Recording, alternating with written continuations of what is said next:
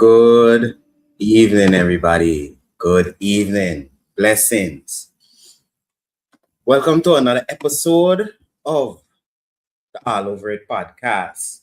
Today, February 16th, 2026, we have the All Over It podcast, episode 42. Blessings, my brother. Yes, I. Blessings, cause blessings. Yeah, man. We are. Bless up. Yeah, man.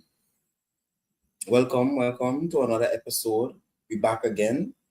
Keeping our momentum going, keeping the consistency. Episode 42. Once again, we back.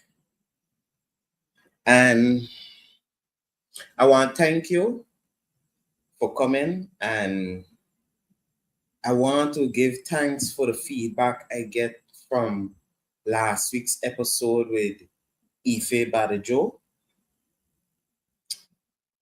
Last week, February 9th, I had an interview with Ife Badajo right here on All Over It podcast. Now, I acknowledge that the conversation was very fruitful, but we didn't get to finish our interview. That being said, you can expect a follow-up episode with me and Ife, whereas she will do a demonstration. And yeah, just value. Last week episode was powerful. Like I said, we didn't get to complete the whole conversation. However, what we did get to touch on was really, really powerful. We talk about AI in the Caribbean. We talk about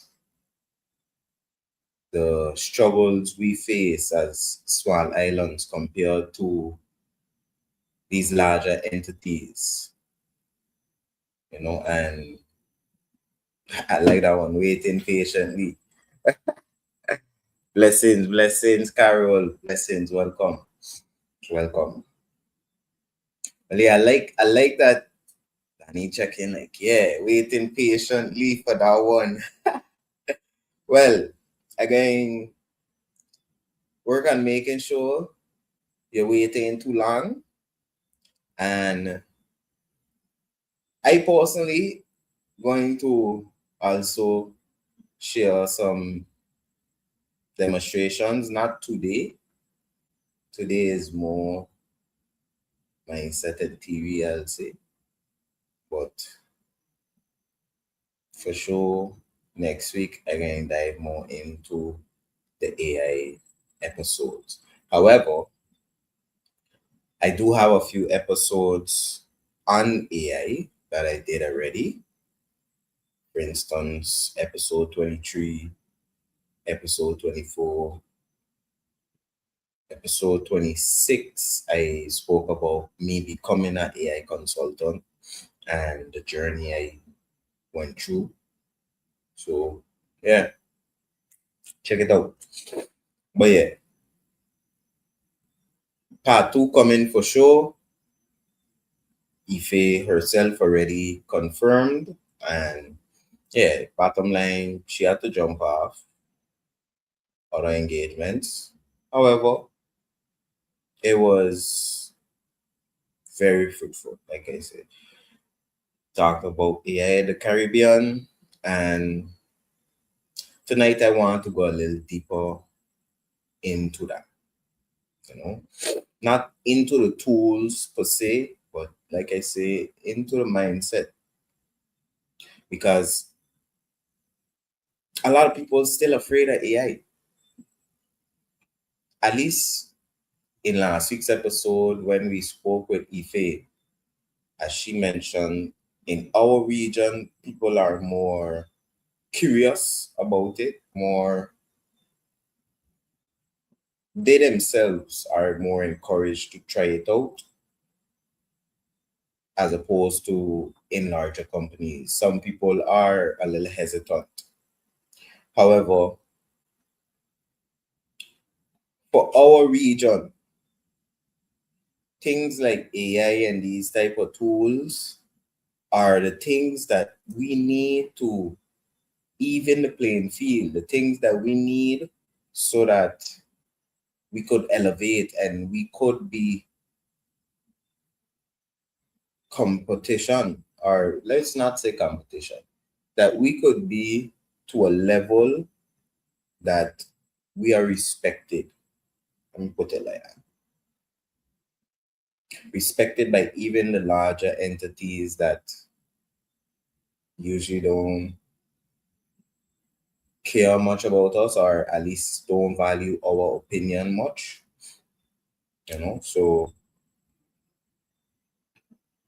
bottom line, if you in a business, if you're working, if you're building something, this episode is for you because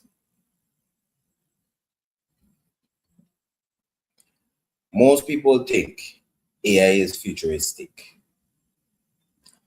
Most people think AI is the future. AI is not futuristic. AI is now. Some people just treat AI like it's science fiction. There is a misconception as well that it's new, you know, especially because now people hearing about AI all over, they feel like it only now coming on the scene. But the reality is AI has existed in the background of systems for years. So a lot of the automations, algorithms, search engines, recommendations, different things we get, all AI. So from years ago, when you set up an automation, or if you have an algorithm that, let me say, for instance, like how they talk about social media, having algorithms that does check what your interests are and send you targeted ads and things like that based on what you already show that you like. All of that's AI because it learning you and sending you in a certain direction. Let me say like that, but rightfully, it's learning you, learning what you like, learning what you don't like, so it give you less of what you don't like and more of what you like. And using that example, that's a simple example of what it's doing right now. AI is helping you filter what you need and what you don't need. But you just have to know how to prompt it, how to give it the instructions it need, the right instructions, so that it could do what you wanted. So like I say, AI is automations, algorithms, recommendations. Think on these things in happening in the background. We never used to see it or know what going on in the background, but that's what happening. So when you go and you search some shoes on Amazon, and then now when you go on Facebook, you notice, but you're seeing a bunch of ads and suggestions for new pair of shoes that you never was looking at. Thinking about nobody spying on you, or thinking like nobody watching what you watching from your phone or from your computer and then sending you something related to that. No, it just, like when you go on a website and it asks you if you want to accept the cookies, all of that falls under this. When you accept the cookies, it tells the algorithm, okay, he went here, he went there, he went there, and the algorithm eats the cookies up and say, okay, you like this type of cookie? Okay, I can bake that for you and I can solve that for you now, you know? But now thinking of that from a data perspective, like I say, these automations, algorithms, recommendations all work from AI because on the background, what it's doing really is taking in information, data, collecting data, and like I said, it's filtering it out and providing you back with what's useful. So let me say now you in your business, maybe you're an employee, but maybe you starting up a business or you have your own business you running. And let me say maybe you cooking food, you're a catering business and you've been operating for some time now, at least a few months, at least 6 to 8 months. And business has been good but slow, let me say. So in the sense of you're making money when you open, people come in, but you could be making a little more, and especially because you have maybe one or two helpers, all of that cutting into profits. Okay, cool. Now, with the AI, or let me just say data-driven decisions. Let me use that as what we're talking about. So let me say if you want to make data-driven decisions, you want to say, okay, I want to just fly blind.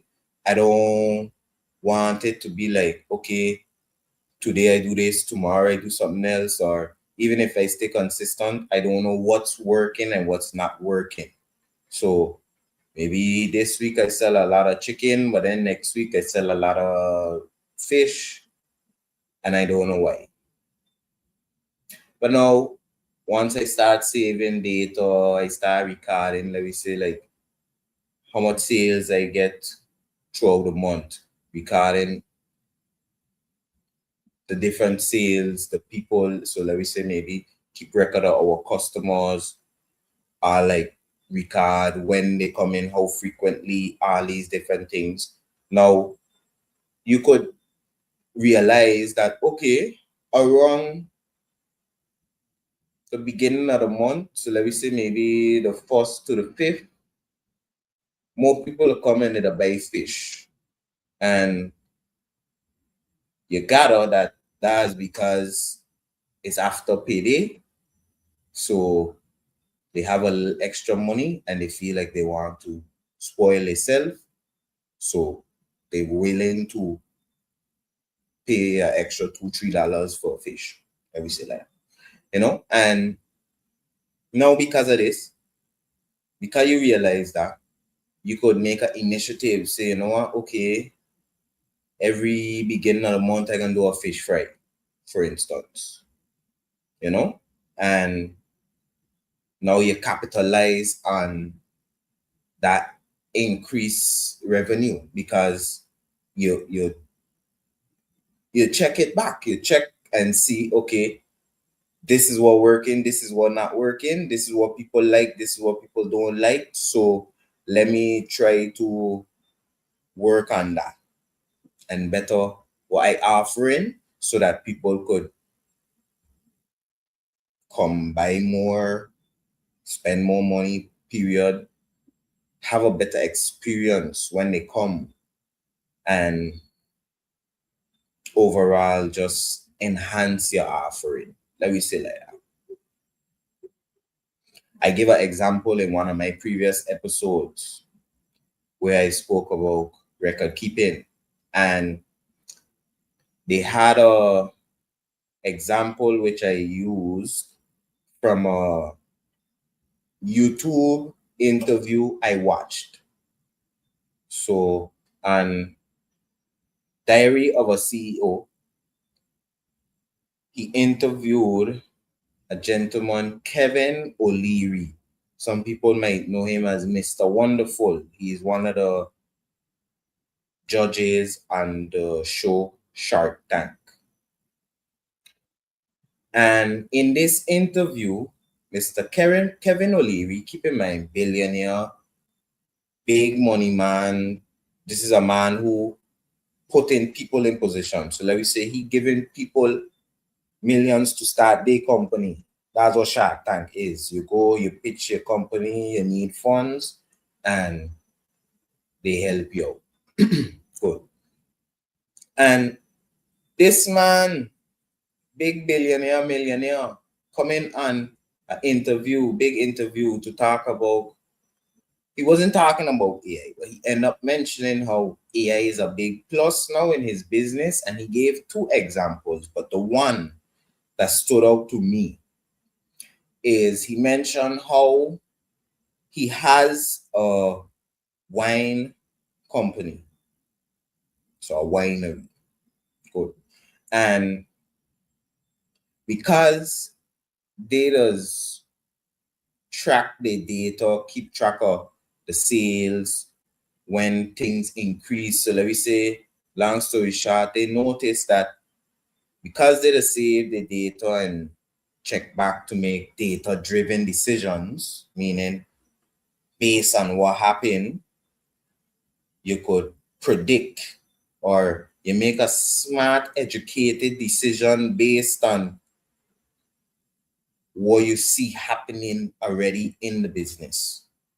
Good. So, long story short, Kevin O'Leary in his winery, his management team, when they check the data, they realize that around summertime, they make more money or they have higher demand for the sweet wines. So let me say like the Moscatos and the White Zinfandels and all these different ones.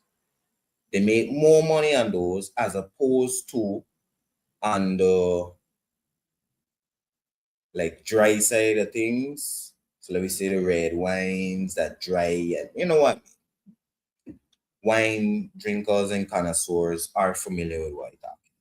So they noticed that the sweet wines during the summer times, especially selling better. I guess people feeling it hot and they want a little sweet, like pleasureful taste when they sipping a wine. So people decide, you know what? Around summertime, July, June, August, they prefer drink Moscatos and you know those type of sweetie wine. Cool. So what their company did was coming up to the summer months the following year, they adjusted their production. So instead of just, let me say, if they don't make an even amount, so let me say they don't make, just for example, 10,000 dry wines, 10,000 sweet wines, 10,000 mix, so medium. They decided, you know what?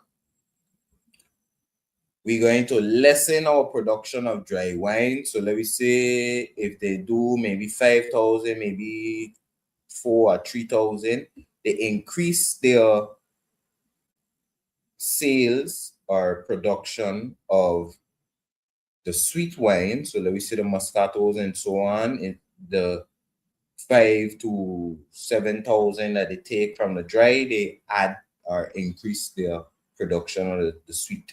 So let me say, boom, they say, you know what, okay, instead of 10,000 sweet, they do 15 or 17,000. And now, because of them doing that, they was able to sell more during that summertime and increase their revenue just based off of simple adjustment. Just a simple, let me say instead of it's 50-50, they do 25-75. And they was able to increase their revenue because of that one small minor adjustment. And that shows what data could do for you. But also it shows how powerful AI is, because yes, we could maybe implement a spreadsheet or something that we could go back and check ourselves. So let me say, do our own analysis and say to ourselves, okay, around these months you get more money, so we notice it's like that because of this. So you yourself would have to go in and check, okay, why the increase, and then check back all your sales and then see, okay, we doing better with the sweet wine, so maybe we should push that. But the amount of time you will spend having to sift through all that data and filter and figure out what's working from that, that's very tedious. That's very time consuming, and that's what AI power is, to help you pull out that data, to help you with those redundant tasks. Think on something you have to do every day. Okay, yes, I don't mean brushing our teeth and taking a shower. Those are normal things that we have to do ourselves. The AI can't come and brush our teeth and like a robot, maybe, but we're getting there. But you know what I mean? Like certain things, yes, we have to do ourselves. But if we find ourselves every week, we have to send an email to a specific person, and it's every week is the same thing. You could automate that task. You could set that up, whereas, okay, every week you don't have to go and take the time out to type up that email and then send it. No. All you got to do is give the parameters, the instructions, make sure you put guardrails in a sense, so you don't want it just giving anything, saying whatever you want to say, any hypothetical and thing. No, you want it to give accurate information. I personally tip does always put a line or some type of instruction to have the AI not hallucinate or not give hypotheticals, always real data, because I don't want it to just say, okay, well, I don't know where to find this information or these statistics, so I can just create my own. Nah, don't come with me with that at all. Save that for somebody else that willing for that. But not me. Make sure you give me accurate data, accurate information, always. And you can ask it for that. You don't have to just take whatever it give you. No. No. And that's the thing. That's a lot of people when they type in something to ChatGPT. Maybe they want ChatGPT give them some type of body writing, maybe like a email body, or maybe they're working on like a essay or whatever. And they put in their information and their instructions to the AI, and then AI spit out something and they just run with that. But you don't have to make adjustments. You could literally tell it, okay, give me another one. So literally, you don't even gotta like change it up, tell it, yeah, do this, do that. No, you could just tell AI, okay, look, give me another version, or you don't even gotta use version. Give me another one, and then I'll give you another version of what I give you already, and you could now choose which one you like best, or you could tell it, okay, blend those 2 or 3 or 5. It's up to you. You are in control. You are in control. Good. So that brings me to the next point that I want to talk about, which is AI is a tool. And also, like I say, AI is not the future. AI is current. AI is now. That's what's going on now. It's been going on for a couple of years now. From a couple of years ago, AI been working in the background, doing things that we don't even know. It's coming to the forefront. It's becoming more mass produced and mass utilized on a mass scale, as opposed to just specialized uses. Let me say like that. But AI is a tool. AI is just a tool, like a hammer, like a drill, like a car. It gets you from point A to point B. It gets you from where you are to where you want to be, brings you to your destination. It gets you from thought to execution. Yeah. Just want to pause to say good night, good night. Blessings, TM Jonathan. Thanks for joining. Good night, Oracle. Blessings. Nice seeing you. Nice seeing you on. Blessings and love. Hope all is well with you and hope you're doing well.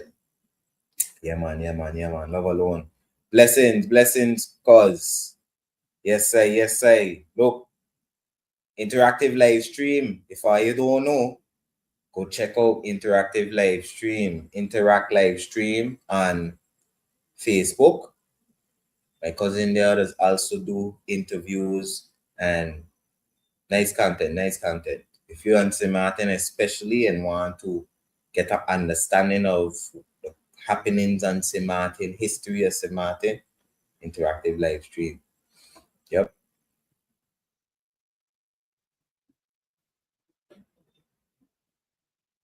Yep, exactly. Like how Daddy say here, it would ask how to phrase a reply, friendly or business or serious.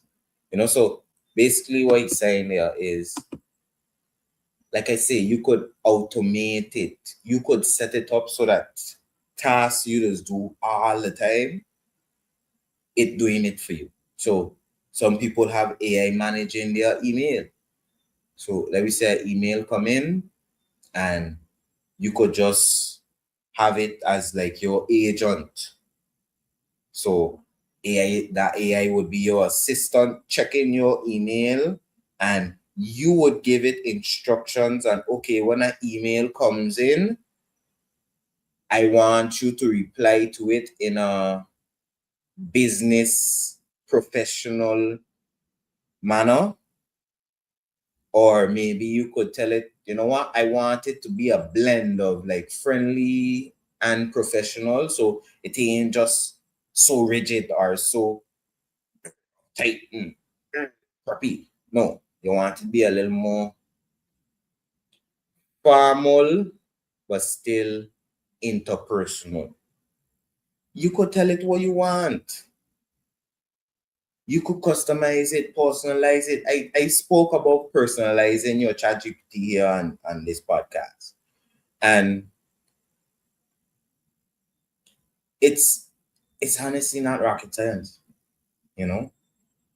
To say it in simple terms, if you want to personalize your AI to sound like you, to be, let me say, your ghostwriter, all you gotta do, use the AI. So go on ChatGPT, give it certain of your bodies a writing,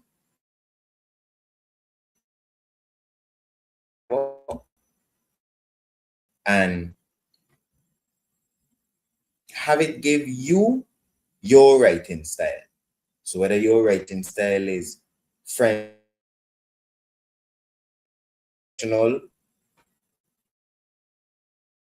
if you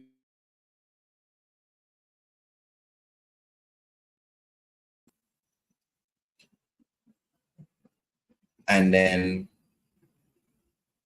once you put in your writing style, It's just a matter of putting how you want to be addressed, maybe how you to open sentences or end sentences, all these different things, just so it could really sound like you. And after that, you put in the personalized information into the settings, because they have a personalization section in the settings of ChatGPT. And yeah, you put in your information, and once you personalize your AI, you'll see the difference. Literally, if you was to say toggle, so turn your personalization on and off, you'll see the difference. You'll see that if you just go and open ChatGPT right now, normal how it is, it'll give you some generic, generalized answer that, yeah, basic. But we ain't basic, right? We ain't no basic people. We special, we unique. We are our own self. So I understand the people who hesitant to use AI because they feel like, man, that can just take away from my creative and genuineness. But you could make it like you. You could make it sound like you and act like you, and not let me not say it like that, because that might make some people afraid to check it back. They gonna be like me. They gonna take over for me. No, that's not what I tried to say. What I'm trying to say is, as Danny said, a simple redundant task that this could be used on. Let me say, if you have to respond to an email every week, every couple of days, you get an email from a specific person. You could even specify, like, okay, when an email comes in from Tom Siddons, I want you to reply to it in a business professional manner. Not so serious, but business professional for sure. And make sure if he asks you a question that you analyze the question correctly. And if you need any insight or context, here is the knowledge base, maybe you could provide, but you don't even have to do all that. Simple as tell AI, okay, look, I just get these emails every week from Mr. Tom Siddons. I want you to reply to this email in a business professional manner. Simple. And trust and believe, I show it here. I show using agents on ChatGPT specifically, because they have other platforms that create personalized agents, custom AI agents, and so on. But on your ChatGPT, they have agent mode, whereas the AI go and work for you. Literally, I show it here. I show it right here. On my episode, I let AI run the business. That's why I name it that. Because what? The AI doing the work. The AI literally, when you go in agent mode and the AI has to do a task for you, it literally opens a web page.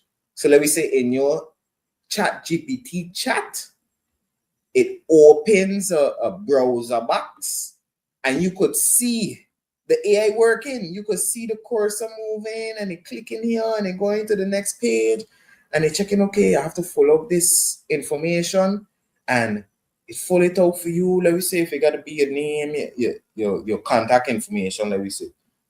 Once your AI have your information, it putting it in. Don't think you gotta now still go sit down and type in your name, Oliver Williams, phone number 1721. No. Once the AI have your information, it doing what? If it don't have the information, it can stop and ask you, hey, okay, I reach a point whereas I need your assistance. And literally, it's as easy as you could take over control, go in on that same web browser. So keep in mind, like I say, when you're in agent mode and you're doing a task, open a page in the chat. And you could click take over and you move your cursor, go put in the information yourself, and then you could give it back control, and then it continue. It check it, okay, cool, thanks for doing that. And I can continue, I can go through this, I can save it, boop, boop, boop. I sit down and I watch this happen myself. So I ain't telling you things of or somebody else do it and I see somebody do it. No, this is like things I do myself and I show you right here on this podcast. Right here on this podcast. Look, easiest way I could tell you is on this YouTube page, my YouTube page, it now has a AI series as well. So like how I do the financial literacy series, and if you don't catch that, you could always go back and catch it on my YouTube page, Oliver and Junior Williams. Yeah, everything, everything you need and more is right there and all over it podcast. I tell you, don't question them. More things coming too. Shots, all that good stuff. Yeah. Cause I gotta really pull up some shots out of that Ife conversation. Cause that was powerful, right? Like, and you'll be surprised, like, just like how I hear talking, me and her, it just was a conversation. It was like we didn't show nothing. We had no like nothing extravagant. We just was talking. We just had a conversation and impactful, you know. I show it had people thinking and it left people inspired. Let me say like that. You know, so like I say, that's why I had to do this episode because I noticed certain of the questions that was posed last week too. Like I say, it wasn't like people afraid, but I just had to come and give this reality, you know, give this truth that so people could realize like AI robots coming to take over and like iRobot, like Terminator and those things, like with any tool is good and bad now. Like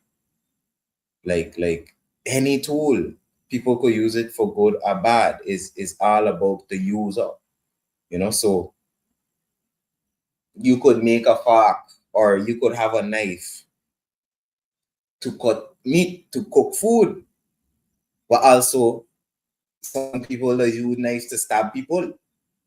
A gun, same thing. Like some people, most a lot of people that have firearms use it because they go hunting and different things like that as sport for them.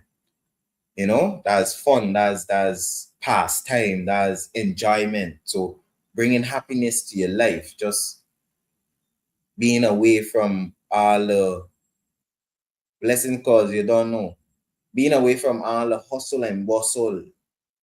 You know, you just get away. But then, of course, you always have people that do use things for the wrong reasons, you know. There are people that checking, okay, they got a gun, they're going to rob, they're going to shoot people and all these things, you know. So people need to realize that the tool is not was bad. Like a lot of people that debate and have a lot to say about even AI. Like I say AI gonna take over and this is a start of like iRobot and all these type things, but it's how you use the tool. Like we gotta try and make sure that we are the majority that doing things the right way and that you keep the people that who want to do things the wrong way at a minority and maybe even sabotage their evil plans, you know? But yeah, AI is a tool. AI is a tool. It's just a tool, you know? Just like a hammer, just like a drill. If you want to build a house, let me say you want to construct a structure. You got some wood, you need to cut them, you need to screw them together, you need a drill, you need a saw, you need a level, you need different tools. AI is a tool. Check. AI is a tool, just like your car. First maybe before you had to ride a bike. So then you take longer to reach from point A to point B. Or even before that, you had to walk. Then they build wagons. Then they start coming with cars. Then after cars, they say, you know what? Let me do hot air balloons. Let me do a plane. Let me do a jet. Now they're doing space travel. And everybody's so happy that now they could do space travel and land back on the planet with ease and safety. Of course, they used to just crash up all over the place when they come back. That's advancement. But it's tools you build. You had a vision and you say, you know what? Okay, I need to be able to send these emails easier. Let me build or design a system that could make my life easier. It's just like gardening. First, maybe you had to pick and shovel yourself, but now they got tillers, now they got excavators, now they got even augers, like the whole digging attachment thing. Yeah, man, a tool like your car. You check. So if I want to go from Tongue to Marigot, I gotta figure out the route. I gotta figure out how I gonna get there. I gotta put a plan in place. If I don't have a car, I gotta check in. Okay, I gotta catch public transportation. I gotta catch bus. So I gotta leave a little earlier and all these type things. But now when you got a car, you don't have to leave an hour earlier because you're going direct point A to point B. You don't gotta be stopping all throughout the way, and then instead of going straight from Tongue to Marigot, you're going wrong Cold Bay, and then you gotta go through Simpson Bay, go Maho. No, you make life smooth, simple, straightforward, streamlined, organized. It's the same concept. That's what I trying to make you understand. Like, just like how you jump in your car, you checking, okay, I gotta get to work, so I need to commute from home to work. How am I going to get there? What route I going to take? What I going to take through Soccer Garden? Or if I got to go through ATLH Road. You know what? No, I ain't going to go through ATLH Road because there they have a lot of traffic. So I'm going to go the next way. You got to decide for yourself what your plan is and execute it. So like I say, AI right now is just execution. That in one word, that's what AI is. It's a tool, but it's execution. It's a tool to get you from thought to execution. From whatever you thinking that you need or you want to do to actually doing it and actually having it done or doing what you need to do. You check? Like one thing I'll say. A hammer doesn't build a house by itself. A drill doesn't design the structure. AI doesn't replace thinking, it accelerates it. It helps you bring your thoughts to life. Things that you would think on and want to develop, but just leave it in your head and it just stay there and die. AI help you bring that to a reality. Even if it's just a thought, like by, you know what? It would be nice to see a new age sewage system, something different. Like, and you just go with your AI and have a chat. Just say, look, I was thinking about doing this, and maybe if we do it this and this way, or maybe you yourself might not even have how you want to do it. But you go, you have a chat, you outline what your interests are, and the AI would work with you on brainstorming, formulating an actual sound idea, and then help you actually execute it, actually do it, actually bring it to life. Like, what's something you always wanted to do? Was, let me say like this, was an idea you had in mind that you feel AI could help you develop? I'm curious to know. I would love you to leave in a chat, and you could leave it all throughout the conversation. But I'm curious to know just some ideas or things that, let me say, you have thought about in your life, thoughts that you dabble with, that now you feel, you know what, I had this idea. Let me see if AI could help me build it. Because I could tell you for a fact, I had a lot of those. That, I guess that's why it'd be so hard for me to think on like an example, in the sense of like to give an analogy here now. But trust me, I am man, I always thinking on something. I would consider myself a visionary, and for me, AI has been a big help in just formulating my ideas and thoughts.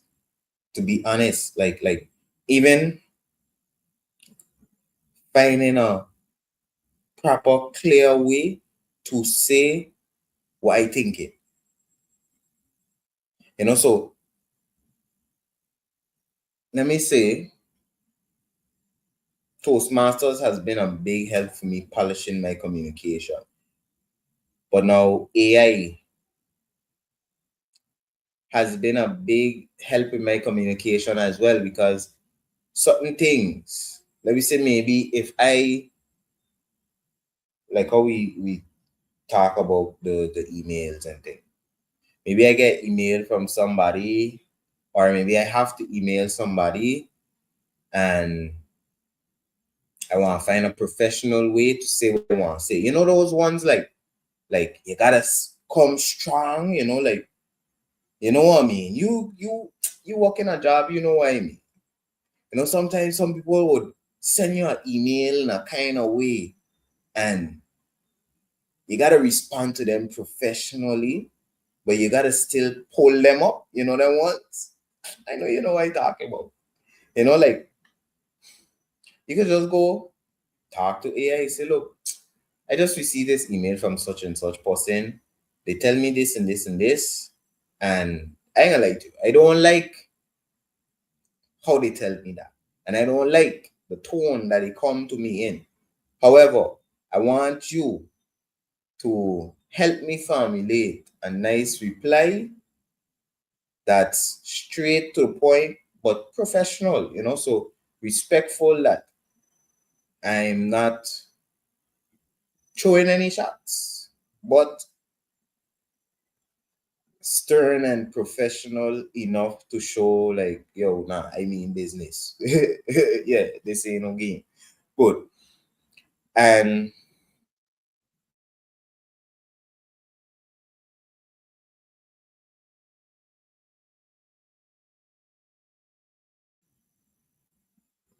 thinking, it just accelerates it. So that being said, for me, I consider AI like infrastructure, at least now, especially in its current developing stage. It's like infrastructure. So for those who are not familiar with the word, infrastructure is like roads, electricity, internet, anything that you need to, I guess, make your life easier. Anything you need to, yeah, make your life easier, get from point A to point B, things to accommodate you. So like I say, roads, electricity, internet, even your banking system. So AI now is like digital infrastructure, and bottom line is like a foundation. So now we could build anything on it. So any service, we could implement some level of AI towards it to help the process, whether it's customer service, systems, scheduling, data tracking, like I mentioned, decision making systems, even down to governmental processes and business workflows. AI could help be like the road everything driving on, you know? And to expand on like how last week we touched on the Caribbean and how regionally we are for St. Martin, we are a small island and resources limited, even the human resource. And with a small labor pool, with limited capital, limited specialization, and brain drain to boot, you're at a disadvantage compared to other, especially bigger countries. But with AI, things could be a little more level. The playing field could be a little more level and even because now you have the ability and capacity to do more with less. Like example, if I even referenced it last week, but I spoke about it. They had an article that came out some months ago talking about how this age that we living in now, that we say this year, next few years, you'll don't be surprised you see the first one man, so solo entrepreneur billionaire. So meaning a person who have a one man business, they run the business all by themselves and they are billionaire. Now, granted, when I say all by themselves, I mean, you know what I mean. Like, of course, maybe you got to deal with other people for certain things, for certain processes, and so on. But for the most part, you're the only one hired. You probably got AI doing your assistant work, so your scheduling and your administration. Then you have maybe another AI doing the service.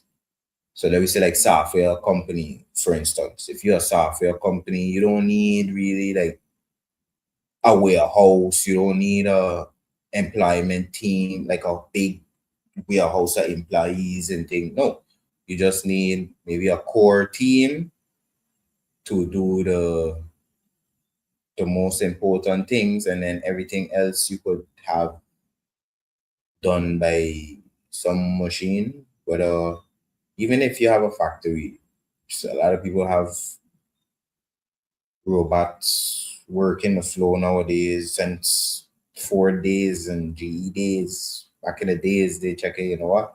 Robots can do the walking on the plant floor. So yeah, but you are able to do more with less.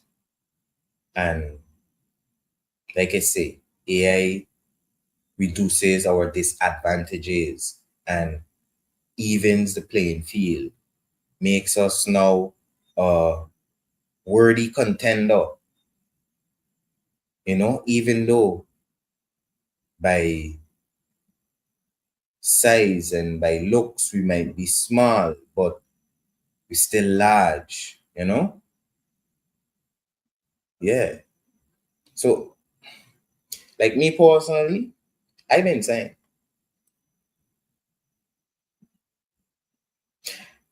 especially our governmental processes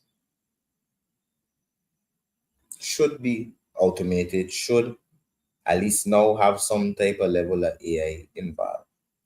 Because now you get faster output, things are not subjective in the sense of, okay, I like you, so I can deal with you good, and then tomorrow I ain't like you no more, so I can deal with you a different way, or okay, I like this person, so I can deal with them good. I don't like that person, so I can deal with them bad. Like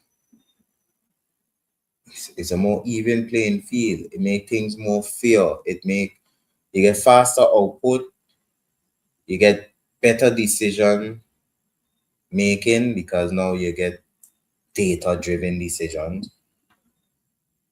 You get to automate repetitive work, like I say. So let me say maybe if you have a process that people just request a certain farm every day, multiple times a day, instead of you having to now go in your email and check the people that request that farm and then go look for the farm, send it to them.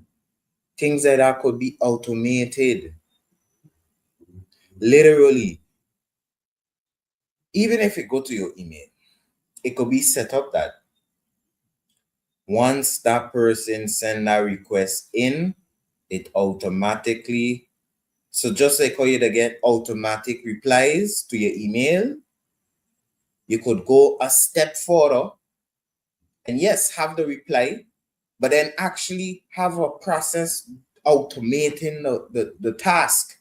So instead of you having to now go and find out and figure it out and go get this, go get that, you could add your automated reply, but also go and say, okay, when a request comes in, check the name, go in the database, check the information based on this person. Of course, you're gonna just go based on the name. You have like maybe ID, crib number, something, whatever. And let me say if they requesting a registration form, you could automatically generate it, put it in a queue to be sent or to be printed, whatever, and put it in a queue so that maybe it could be emailed back to the requester. And that lighten your load, that make your job easier. But a lot of people too, they want to keep that control. They feel like, why, if AI come in and take that task from me, then what I gonna do? But if you want to hold up the whole system, if you want to keep things in the stone age, if you want to say, yeah, I ain't going to advance things just because I feel like it going to take away my bread and butter, it don't work so. You can't keep everything in the stone age. You can't keep things backwards just for you. Yes, we ain't trying to kill your livelihood. We ain't trying to lessen your bread and butter, lessen your income, lessen the food on your plate. We ain't trying to do that at all. At all. At all. But if that task has become obsolete, and we could find another task for you, that ain't no problem. They have other things that can be done. But you don't have to hold up the line, hold up the whole motion, hold up everybody from moving forward. So it's just think on it like a traffic jam. It's like envision this. You at an intersection and Maybe you see cars coming from the distance, but they ain't close. But now, before you drive out, you gonna stay there and hold up everything. Cars behind you blowing their hand, checking we gotta go. And you just holding up the whole pipeline, block up everything because what? You're afraid. Because you feel like, bye, nah, that ain't for me. That ain't gonna benefit me. That gonna be a negative for me. But you know, studying the masses, the thousands of people that are going to help. You know, studying that once that process is put in place and streamlined, that is making your life easier too. Because now you don't gotta be slaving, going back and forth, trying to figure out, trying to do that every time. Now you get a little more free up on your plate. But a lot of people holding that control and that power and don't want to give it up. But they realize that it starts what's stressing them. A lot of people, they don't want to give up that power and job. They don't want to free up their time and free up their selves because they're afraid that, let me say, AI or whatever, the new guy on the job will take the job. But they didn't realize that's what keeping them stressed. That's what keeping them so busy in the sense of like, you know, nowadays everybody's so busy. Everybody, they ain't got time to even do nothing. They ain't got time to even talk to you because they gotta do this, they gotta do that. When they're on a job, they gotta do so much tasks. And then when they leave the job, they come home, they gotta do so much different things still, whether it's job work still, or maybe they got their own things on the side they gotta do, maybe they gotta clean the house, whatever it be. A lot of us don't give ourselves grace. We don't give ourselves a chance. We don't try to be reasonable or respectful to our own self.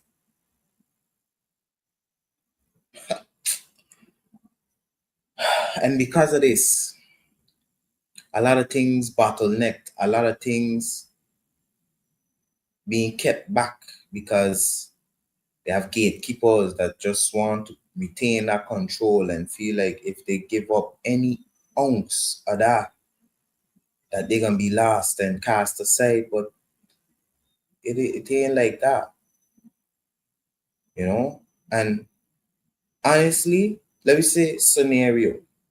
Let me say you work in a job, you are the brain, the knowledge base in the job, you know? So maybe you work in there so long that you know the ins and outs, you know all the policies, you know the policy changes, you know everything. You work in there maybe over 20 years, so you know the business through and through, you know the operation through and through. Good. Now AI come on the scene and you realize boss man checking like he want to implement AI, and you see whereas by if they implement that AI thing, people ain't gonna be coming to me no more, people ain't gonna need me no more, period. You know, what can I do? Or let me not even say what can I do.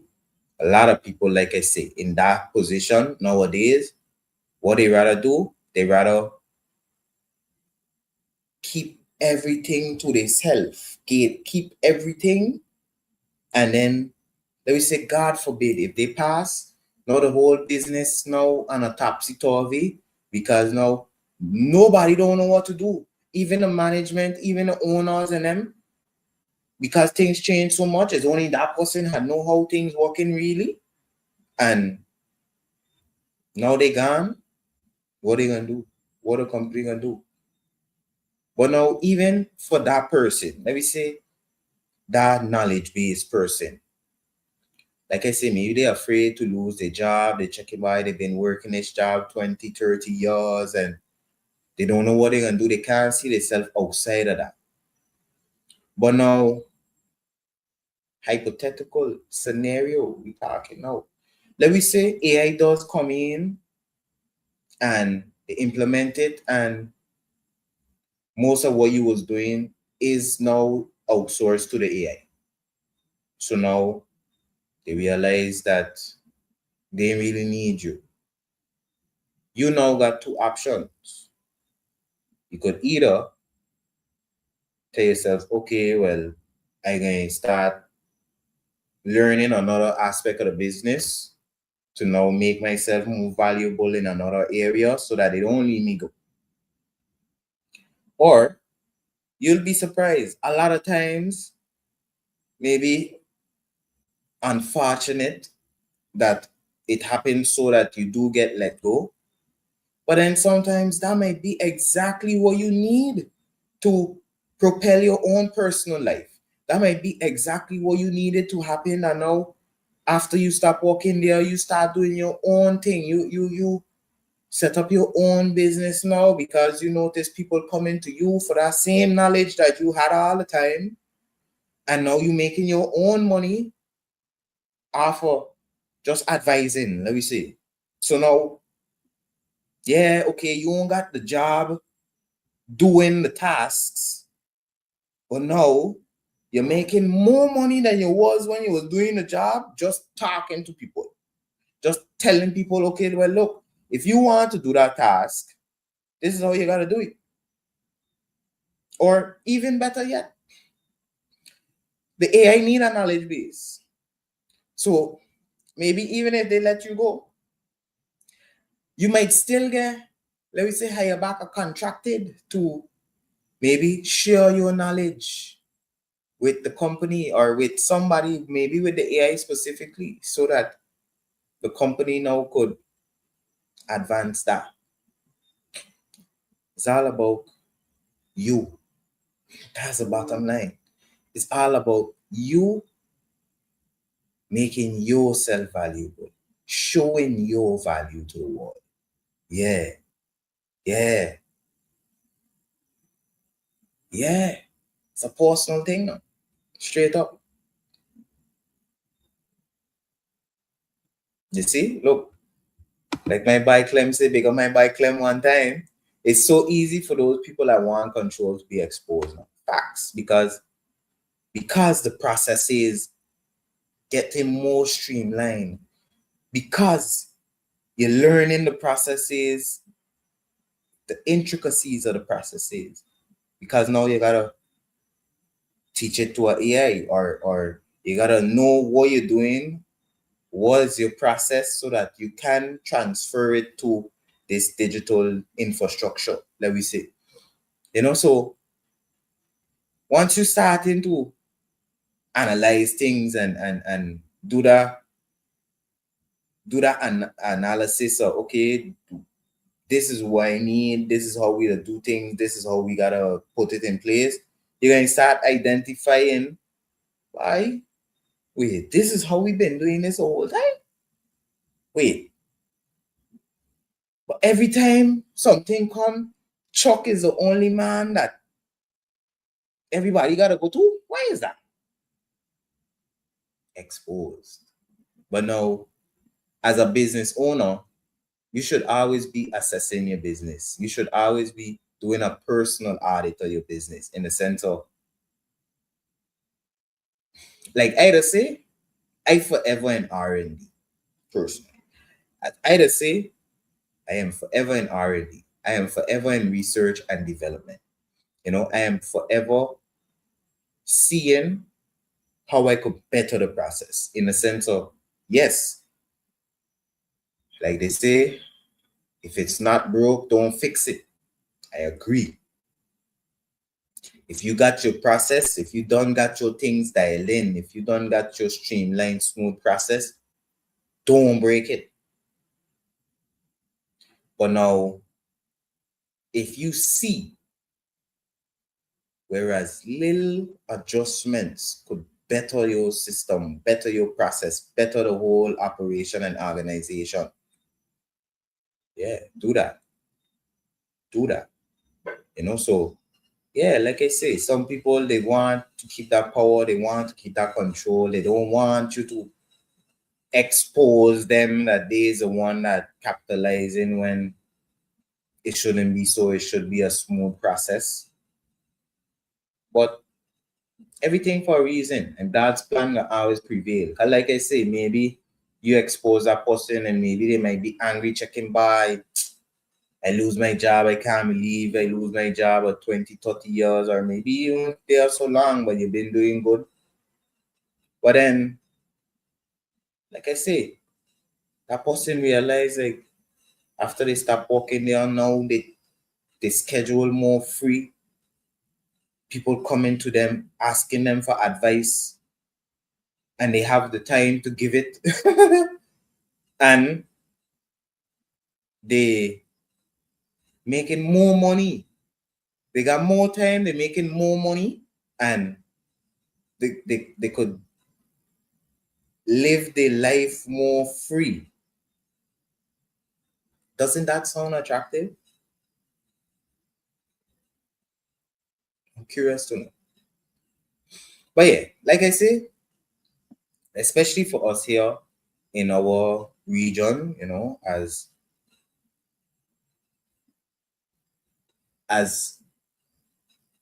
some might term us least developed countries, some might term us Caribbean region, however they want to term us. In our region, here in the Caribbean, we are at a disadvantage because of our size and our separation.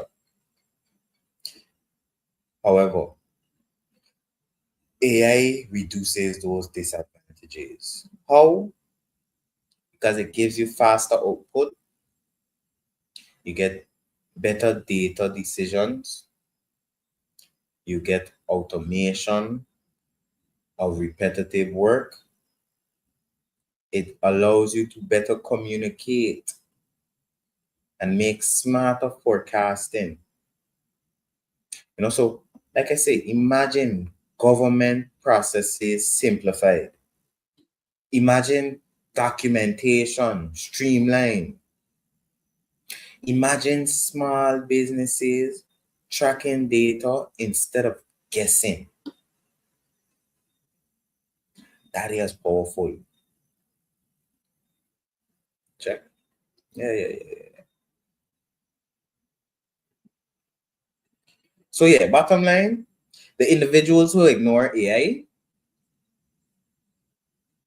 those are the ones who are going to struggle competitively. And I'm guessing you may have noticed that already in the workforce lately. Many companies are already integrating AI. A lot of businesses seeking AI consultants, you know, just saying, I am one. So if you or any business needs AI consultation, tell a friend to tell a friend. But yeah, bottom line, a lot of organizations adapting because they understand the leverage, they understand their position and where they need to be, and they see that AI could be the bridge, and like I say, in contrast, some people they want to just keep things status quo. They don't want to do no automation. They don't want to do no data collection. They don't want to have no systems in place. Basically, they rather fly blind, to say it straight up. But for me, I don't like that. I don't like flying blind. Like if you was in a plane and you was to find out your pilot was blind or flying the plane blindfolded, how would you feel? Simple example, simple analogy. Like seriously, think about that. Or even better yet, maybe the pilot ain't blindfolded. Maybe that's extreme. But let me say now You on a plane going to your destination, and are you reaching to turbulence, reaching to a storm that now it's so thick the pilot can't see. Now, granted, yes, they have radar, they have all kind of mechanisms and mechanics and dials and gauges to make you see or make the pilot's life easier, even if they can't see out the window. You know, they could still guide things, and they got autopilot and all these type of things. But you get where I'm coming from. You know, now if you in a plane flying through a bad storm and your pilot tell you he can't see, how would you feel? Flying blind.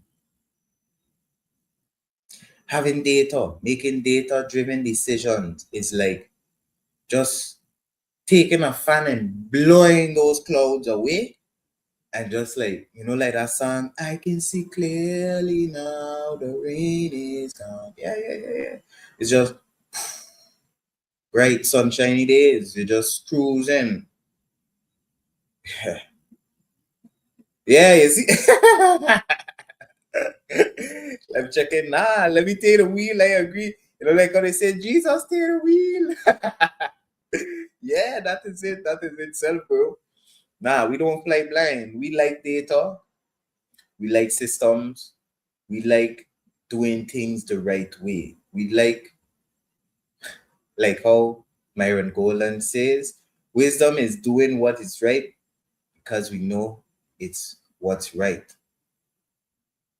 You know? Meaning you already know that that's going to work, so you do that. Yeah, straight. So we ain't gonna fly blind. No, we ain't that type of people. We like data. We like data-driven decisions. We like knowing what we're doing, why we're doing it, how we're going to do it moving forward. Yeah, that's what we like, right? You agree? I know you agree. I ain't even gotta stay and wait for you to answer.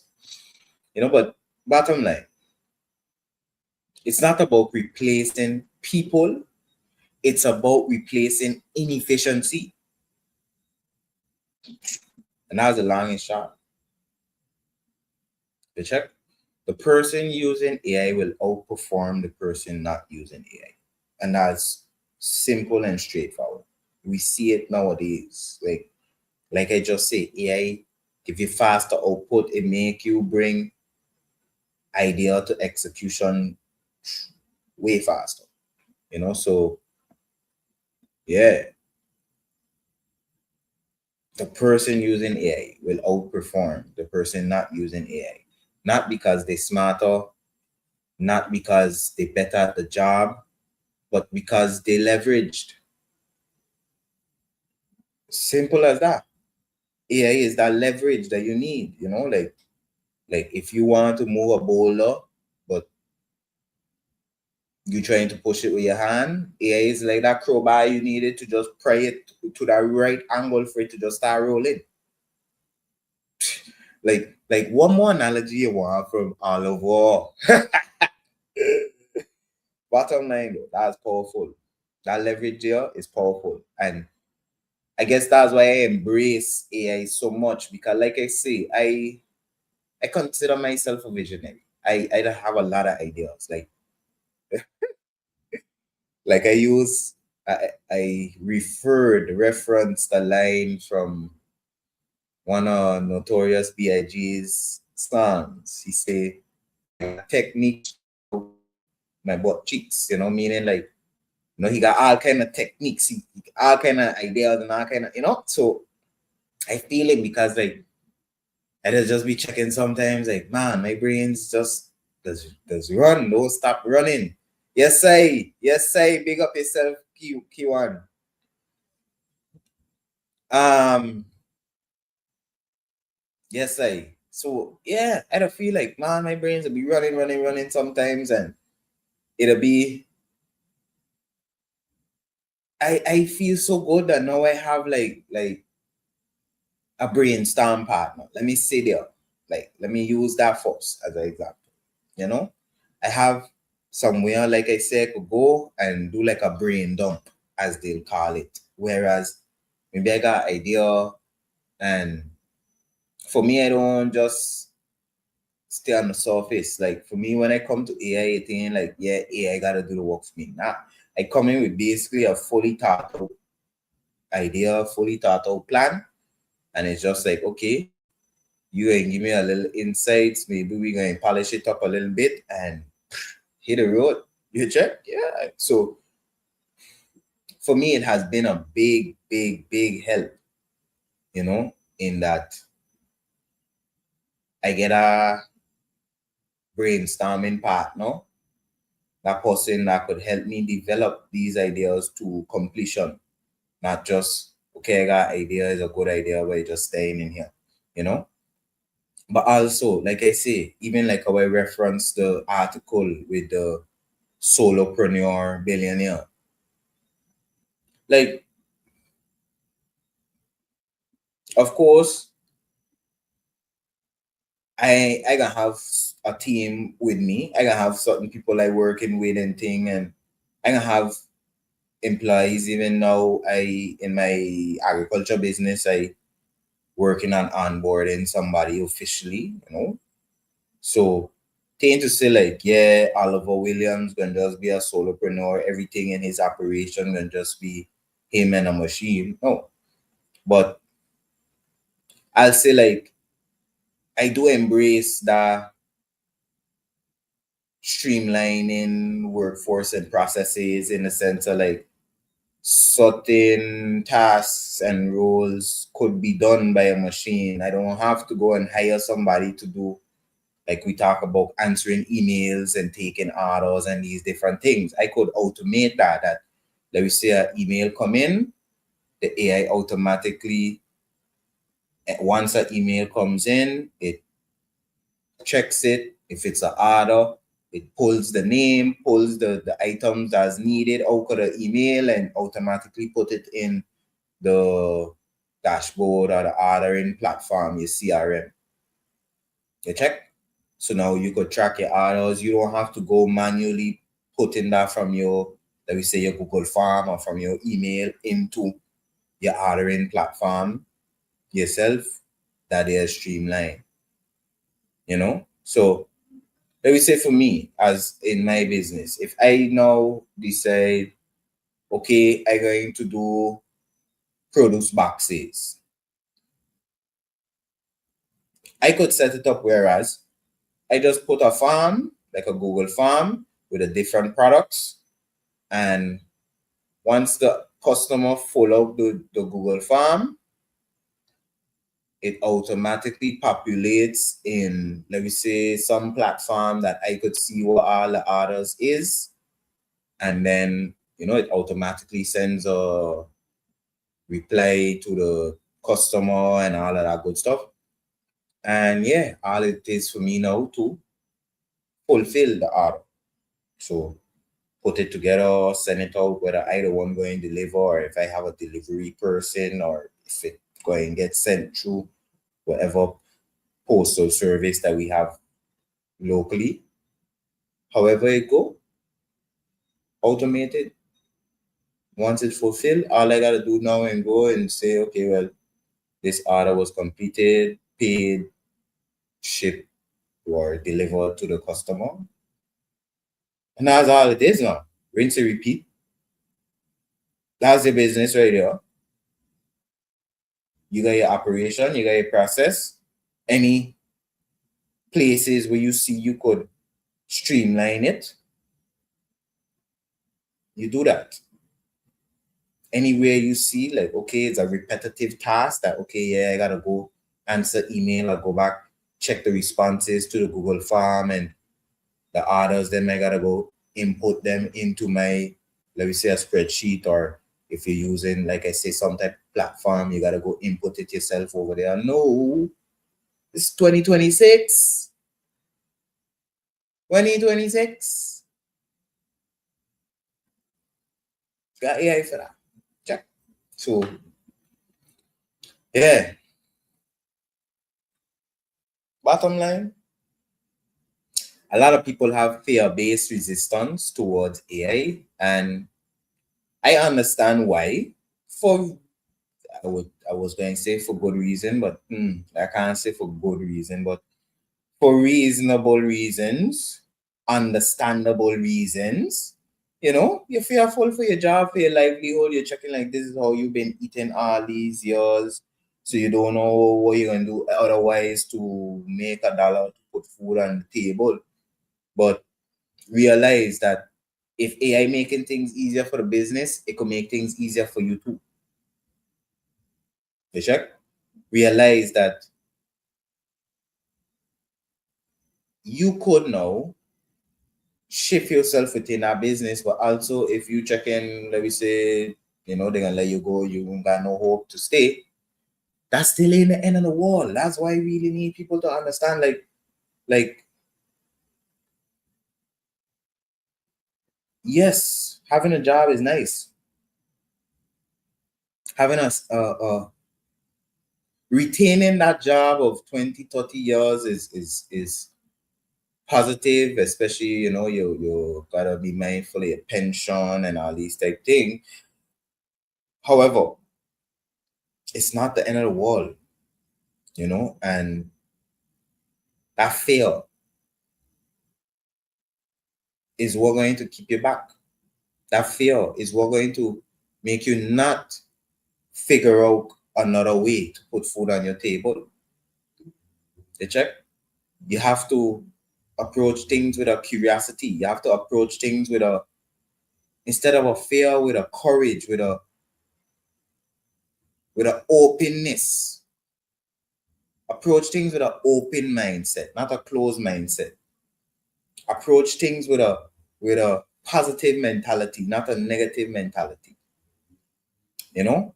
So to AI, like I say, a lot of people have fear-based resistance. They say to themselves that AI thing dangerous now. They tell you, I don't trust it. I'll stick to how I've always done it. But like I say, I even had a video that I said this in. What was good for yesterday may not be right for today and tomorrow. Meaning, okay, maybe how you was doing things was working a few years ago, but times have changed. And we, right now, with what we're facing, we all of us could agree with that. I don't think nobody would question when I say times are changing. And we have to move with the times.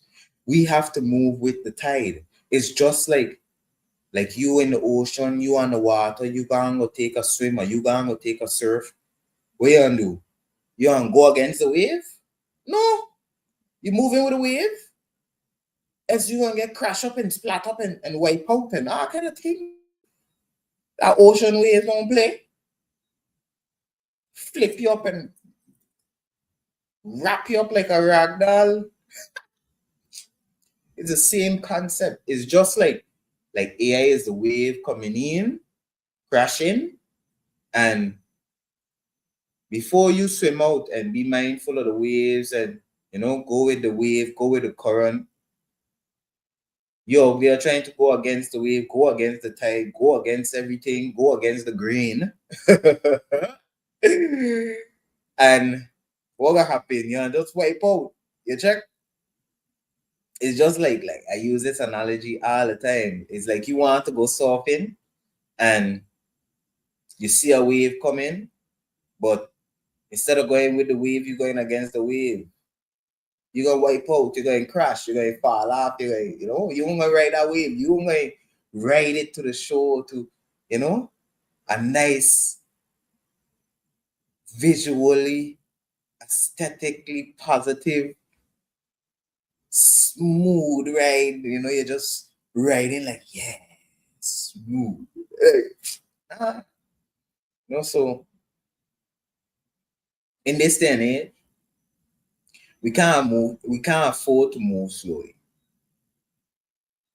You check?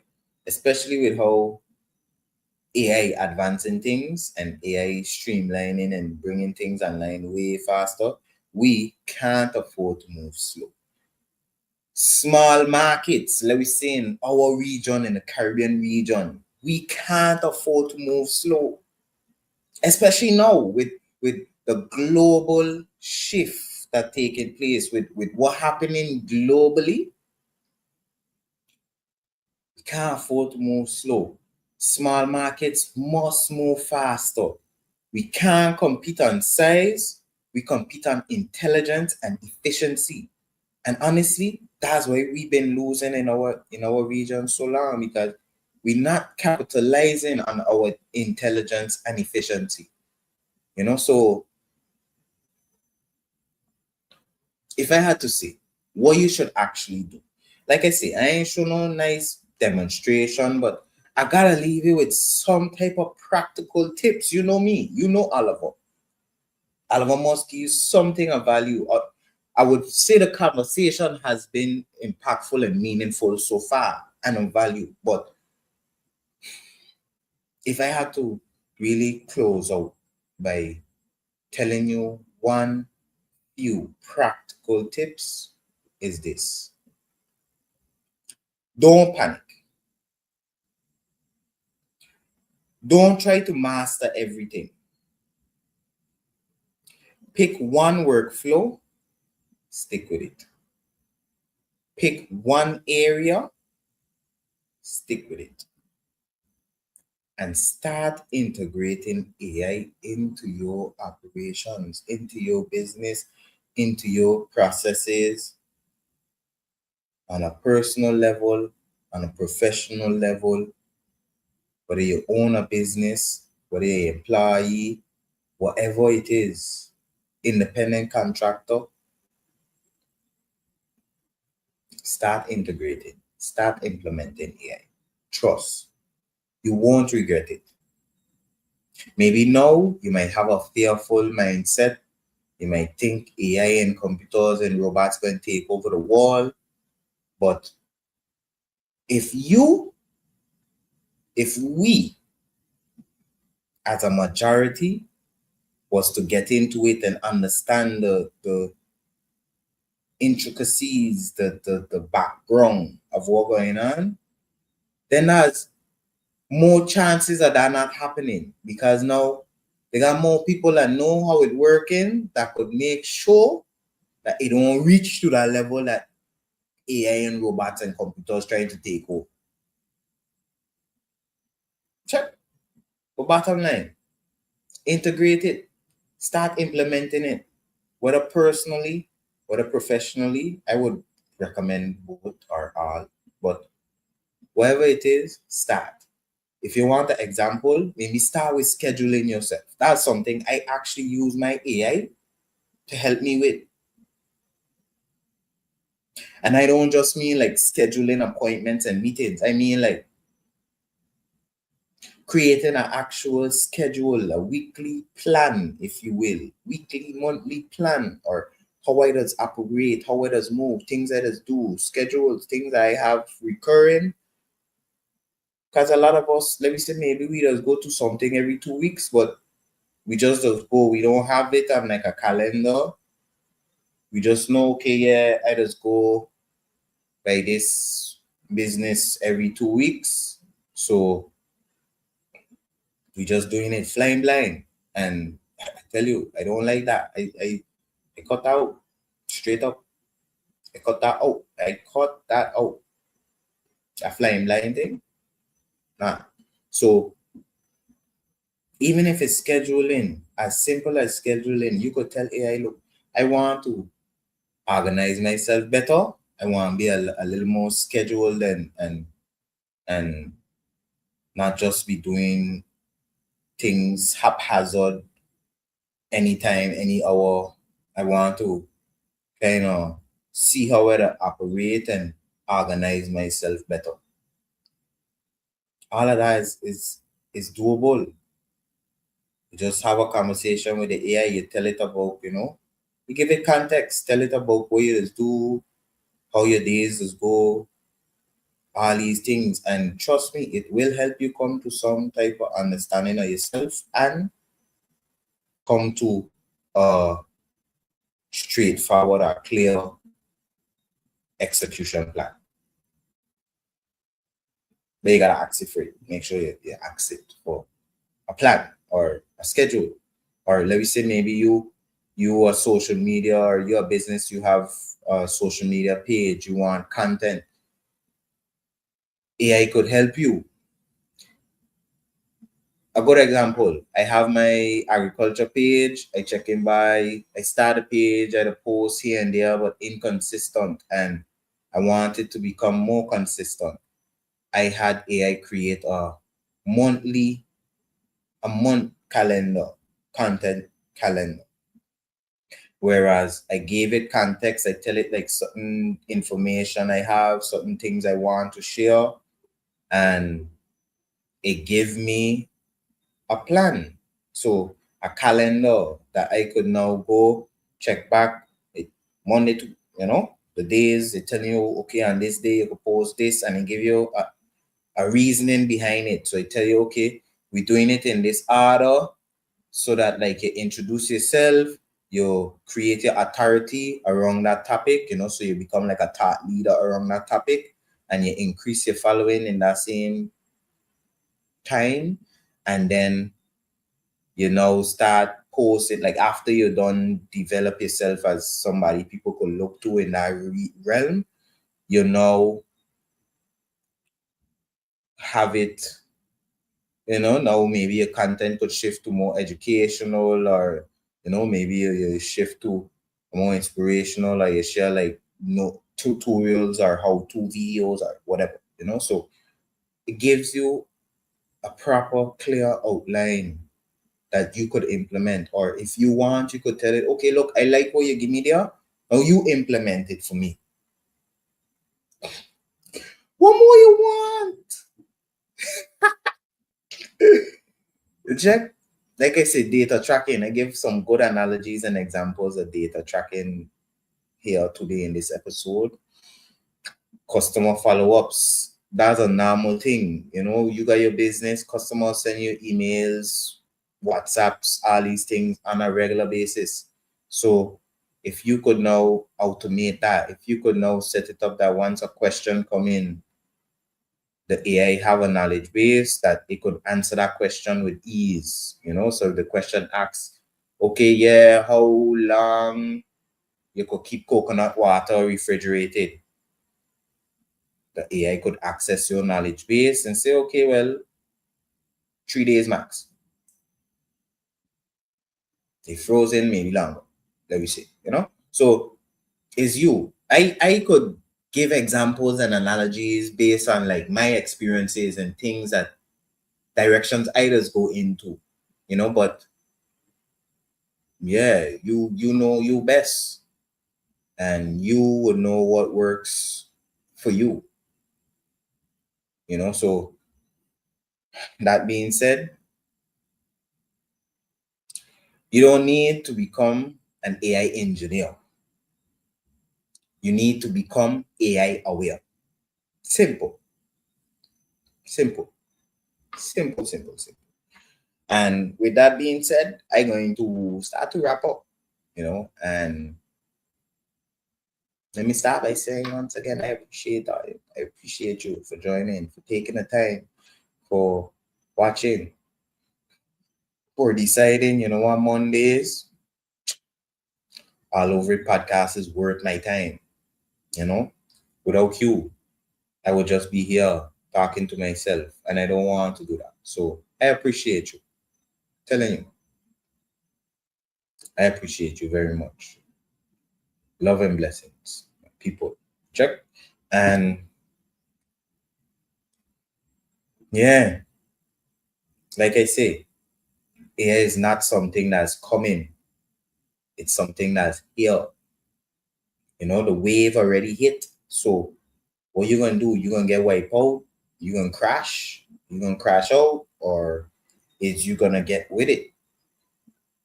And yeah, like I said last week, I had a very powerful episode, very powerful conversation talking about AI and a few tangents.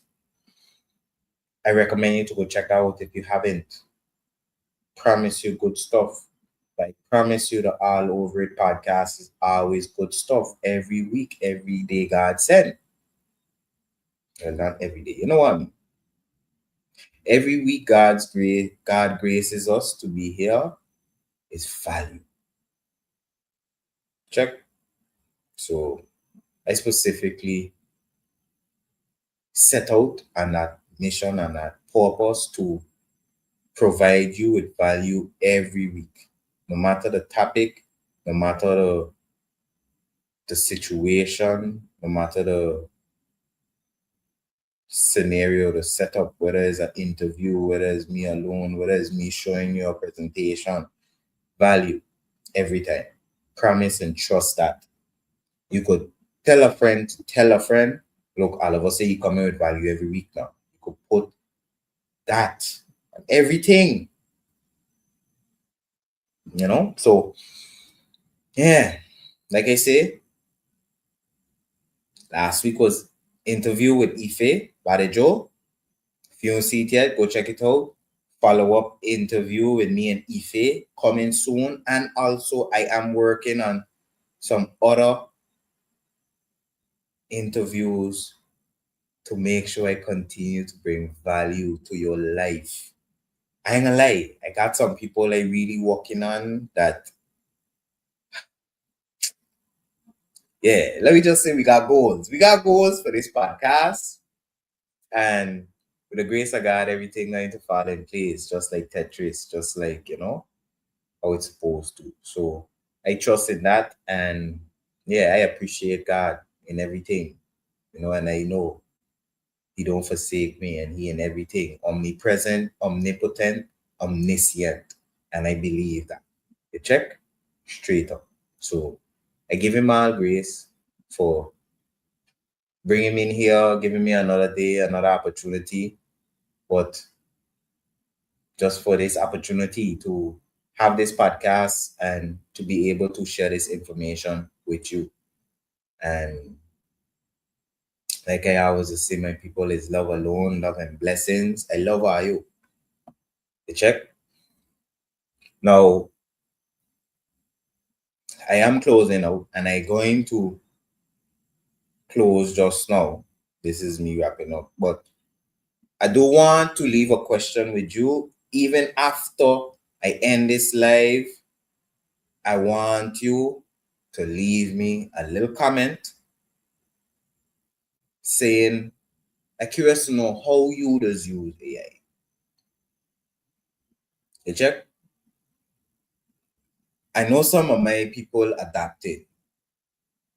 I know some of my viewers that are beyond, they adapting, they getting into it, they embracing the AI.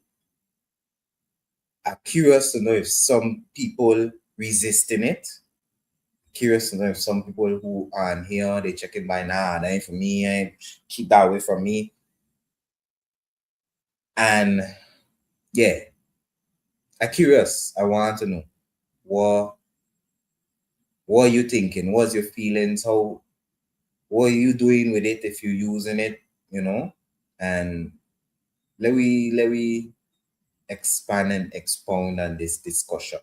I promise you, I will be looking out for these answers even after the life has ended. So I expect even if you go and rewatch this, that you're going to leave a little comment, say, hey, look, Ali, I using AI now.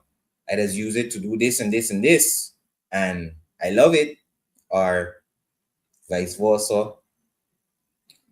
Another comment saying, okay, nah, I don't like that. Whatever it is, I want to hear it. When you say how to use this AI, what you mean, Ray? Bless up. When you say that, you mean like ChatGPT and so on? Because, yeah, using AI, getting into AI is very simple. My recommendation would be to start with ChatGPT or maybe even Google Gemini perplexity. They have different ones. And just have a conversation. If you don't know what direction you want to take, just start with a conversation. Tell it straight up. Hey, I'm new to AI. I want to start using it more, but I don't know what direction I should take, and it could help you, by you give it context of what you just do, and it could help you. Whether you want to develop a business, I see people do that already. They check in, yeah, look, I have a business idea to open a cat grooming store that is all in one, blah, blah, blah, whatever. AI could help you, give you data, all this, literally help you create your business, or maybe speeches, or like we talk about automations where you have to have your processes to do the automations. But yeah, like I say, you could do simple automations on your personal life too, like using the email parsing or things like that, You see, look, I like this. Clem say, I use it for my speeches, my 90-day workout and weight loss plan to help me finish my book. Any questions I have that I use Google, I use AI because we get into deep conversation. See, I love that. Especially like how you say you use it for your speeches. I ain't gonna lie, for me too.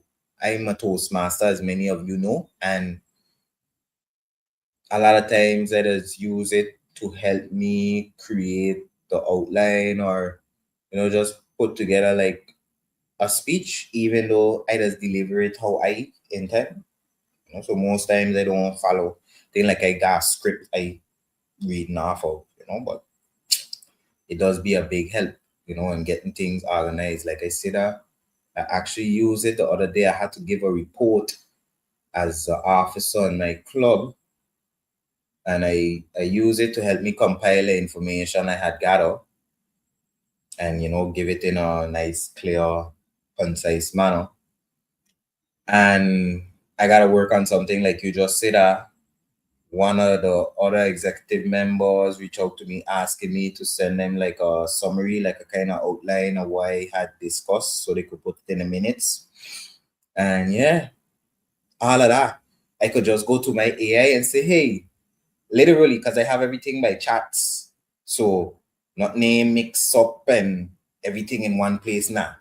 So I could go to my Toastmasters project group and go into my chat that I use to create that um, report, executive report. And I could literally just say, okay, well, I've been requested to provide a summary of what we discussed here. Please provide me with a nice, clear summary so I can provide to the other executives of the team. And it'll give me that. Keep in mind, I don't do the brunt of the work. I don't do the hard work. I talk to people, I send up surveys, I gather the information from the surveys, data-driven decisions. Good.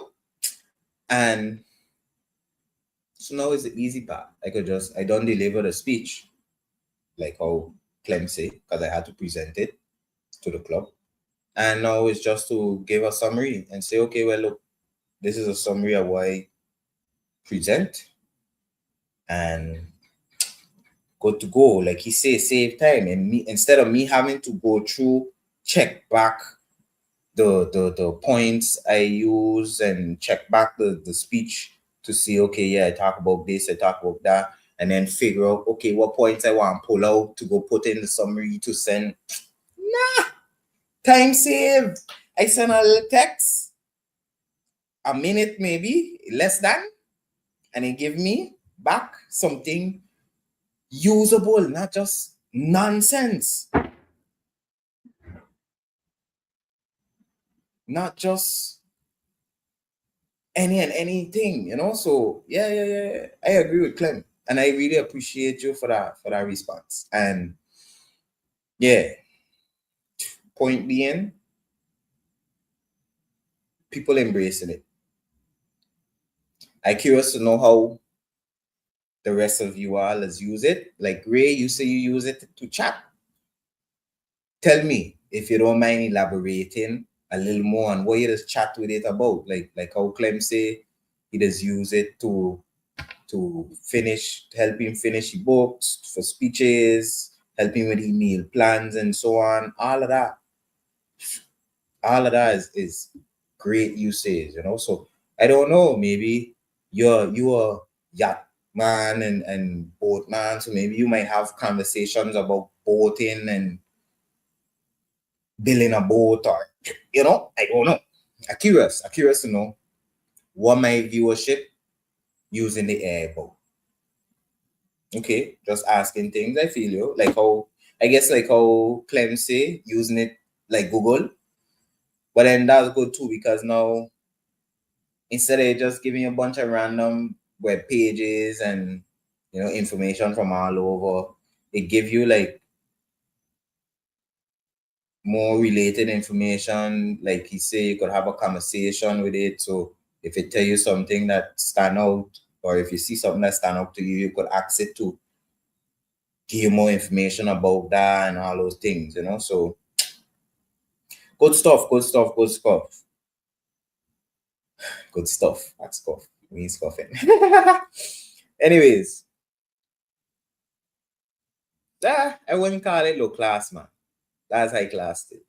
That's still use. A lot of people used to just Google things. So if you're using it for Googling too, that's positive, bro. You know. I'm curious to know what would went deep would be for you. Like because you say the things you do is low class, like for me that's still using it, but I curious to know like for you was going deep. No.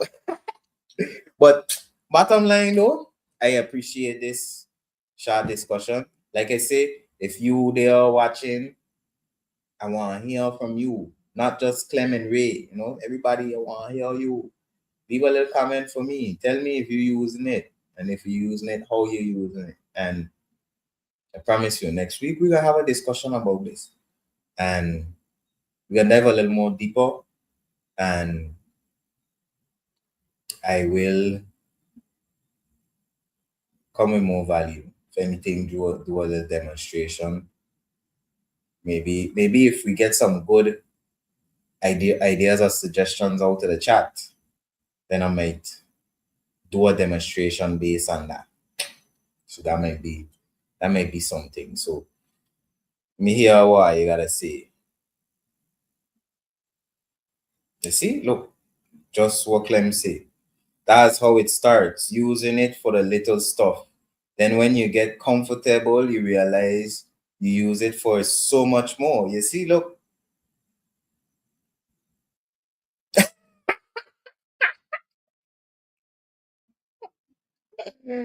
Oh gosh. Everybody say thinking if I go deep it might crash.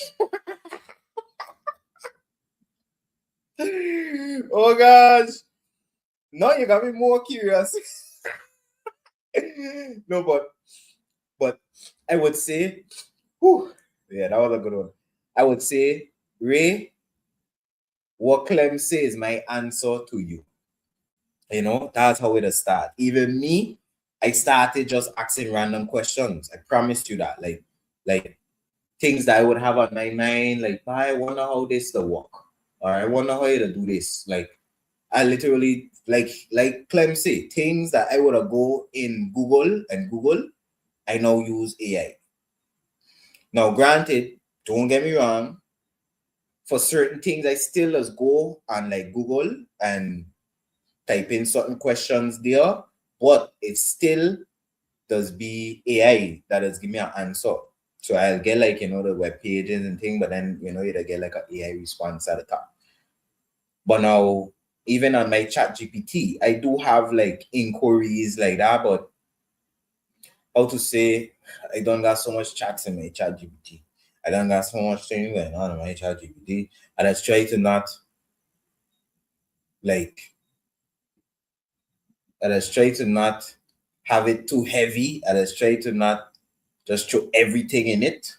So like I say, I does have things separated by projects, yes, but I do have like normal chats of questions that I ask, that I pose. Let me see. I'll give you an example. So let me say Bitcoin mining idea, uh, IP, intellectual property protection guidance, market report requests. So like, like financial market,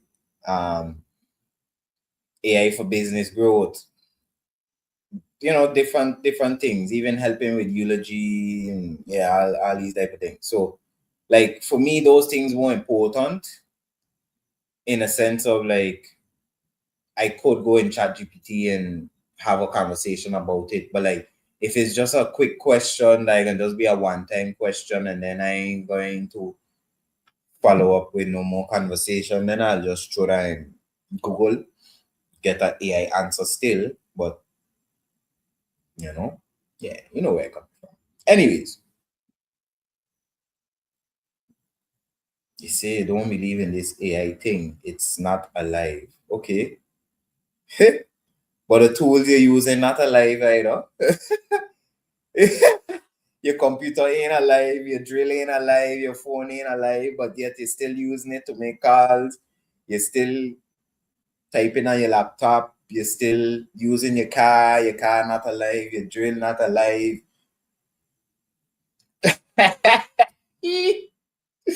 Look, bottom line, a lot of people have fear, and all of that is just fear. That's fear of embracing it, just fear-based resistance. Let me just say it like that. Like the fact that you're open to using it, the fact that you're using it here and there shows that although you're resistant and you're kind of iffy about it, you're still willing to dabble with it and see what's going on. So that's good. But yeah, like I said, just like Clem said, it'll start with just a little chat and a little question here and there, and then by the time you check stock, you got enough chats, or maybe you was putting everything in one chat and you're checking like buy. That's how it started for me. I start with just asking questions in one chat. So like I only had one chat in my chat GPT, and I'll just go in there with the different topics. I'll just go in, ask the question, and then when I done, I close it. But then I had reached a point that something else I had to reference back, and I check in by for me to go and find. I gotta go scrolling, and that shows that I was using it a lot too. But then that's when I start like creating like different chats. So then I would have a bunch of chats building up. And then I noticed like I would have related topics, but like multiple chats. And then they hard to find because maybe, let me say, I talk about like some Oliki farms things today. And then in the next couple of weeks, I talk about it again. So now you want to consolidate things. You want to get like similar things in a easy to find, let me say like in a folder. Let me just say like that. So just like how you organize your computer in folders so that you can find things easier and all these type things, same concept. So I created now projects. So on ChatGPT, they have the project section that you could go in. You could say, okay, this is a project on my business, or this is a project on me creating an app, or a project on implementing AI, for instance, or maybe a project on advancing my social media page. And then everything related to that, you could put inside of that project folder. So then now, anytime you want to reference anything, you could just refer to any of these chats. But also because now it's in a project, the AI itself could reference these different chats, because that's another thing. Maybe by now they change it, they advance that. But back when I was really getting into AI, getting into the chat GPT, it was that once you have a conversation in one chat, that's like a standalone. So like You can, let me say, go to another chat and say, yeah, reference something that you had from that first chat thing and what. Yeah, tell you, well, I don't have access to that. But now when it's in a project folder, it can access all the chats in that folder. So it gave you that ability as well too, to consolidate that data, that information. And yeah, like I say, now I got project folders. Within the project folder, I got agent mode chats. So like you could change, let me say, like if you open a chat, you could choose whether you want it to be in an agent mode. So it tend to say like every single chat you open, you have it doing agent mode. And you know, doing the work. But yeah, you could save everything Chat GPT gave you. You could print it out if you want. If you want to waste paper in that regard, be my guest. But yeah, for sure, you could save the answers. So let me say if you have a conversation in Chat GPT and you don't feel comfortable with it being all there, you could say, okay, you have a local, so like a folder on your computer that you copy and paste it from your ChatGPT chat into that folder. Or like you say, if you want, like literally on the ChatGPT chats, they have a print option. You could click print and print whatever you want, So for sure you could print it out, and yes, you could save your answers and it's safe. Like I mentioned in a previous episode regarding the personalization of your chat GPT, I talked about turning off the data sharing. So, like how most of these websites and things nowadays, they are like ask you if you want them, like how we're talking about the cookies and the algorithms doing targeted ads and things. Of course, with something like this, they have, let me say, those type of things too, in that they have data controls in ChatGPT settings that you could turn on or turn off, that the ChatGPT learn from what you giving it. So meaning you could make your data private. That's what you're doing there. Basically, your data ain't just public. That now everything you talk about is on like the public server of ChatGPT or OpenAI, let me say specifically, and anybody could access it. So, like I say, I referenced this in my previous episode. I think the very first episode I did talking about AI. Whereas in your settings, you can go in the data control section and turn off the option to have your data used to help the AI learn. Now, when you turn that off, your AI is still going to be personalized to you and aim to say like, ain't going to learn, it can still be learning, just it's not the whole system, meaning the whole open AI servers getting your information. No, your information staying safe, staying local in your database. So let me say you got like a localized database, even if it's cloud, it's secured. It's not that once OpenAI want to train the AI, they could like access your data for more knowledge so that it could give better answers. Yes, so yeah, exactly. Turn it off for the public. So now your information is private to you. Now, granted, like I said, the AI is still learning off of public information. So whoever have their thing turned on, or whoever or whatever information coming out on the internet and so on, it learning. But your information, your data stays private for you. And I understand. And I know that's something that you specifically, Ray, are serious about, and that something is that is important to you. So I understand why you say that and why you ask that, but yeah, I could tell you for sure the AI, once you turn off or turn it private, ain't going to just have your information all over the place, and ain't to say like, yeah, once you're using the chat GPT, that the information all over the place, all in everybody's server and thing. No, it's still private. That's why they have cyber security and all these things. Cyber security been a prominent aspect of IT since long before AI. Check. And all of that is what I thought, to make sure your data is safe, that people ain't just going fishing and getting your information any kind of how.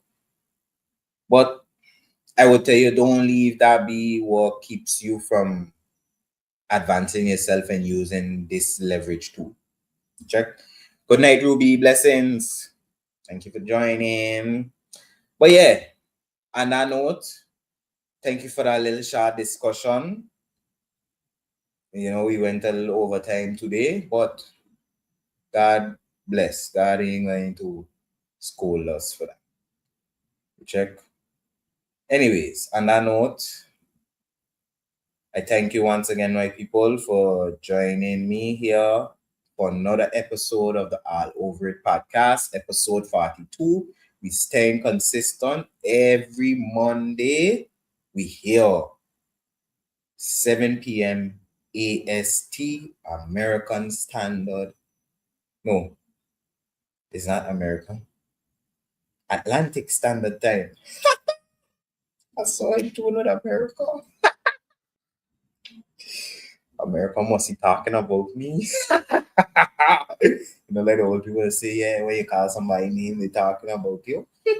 Anyways, yeah, 7 p.m. every Monday. Actually had to be at a certification today. I signed up for a certification course that's for this week, and it's in person, not online. But yeah, consistency. I had to stay consistent. You check? So they understand. I already let them know, like, why you I ain't gonna be there today. Watch nothing. And yeah, I on it tomorrow for sure. But yeah. Yeah. Blessings and love, my dear people. I hope I have a blessed week ahead. I hope I have a positive, productive week. And yeah, like I say, don't let a wave hit you. Ride it. Yeah. Yeah, it's not something that's coming. It's something that's here. Here right now. Now is the time for us to embrace it, because ain't going nowhere. Trust and believe. Now is the start of it, in a sense of like I said, it's been around for a couple of years now, but now is the start of it really taking off. And it ain't gonna be like, yeah, now we're hearing about it and they're gonna die. Don't know. This is next couple of years, you're gonna be hearing AI at the forefront just like this. So embrace it. Don't shy away from it. Anyways, like I say, next week, another episode. We back again. Consistency, momentum, keeping that. Like I say, be on the lookout for the follow-up interview with me and Ife, but also other interviews to come. I really got some good stuff I working on, good stuff in the pipeline. So, expect it, and tell a friend to tell a friend. Like I always tell you, like, subscribe, comment, do all that YouTube, social media stuff. Yeah, yeah, yeah, yeah, yeah. You don't know. Bless up, and just know it's love alone, my people. Love and blessings. I pray God's blessings over you, your family, and everything you do. And catch me here next week for another episode. And yeah, still hoping to see them comments with how are you using AI. But yeah, love alone. Bless up.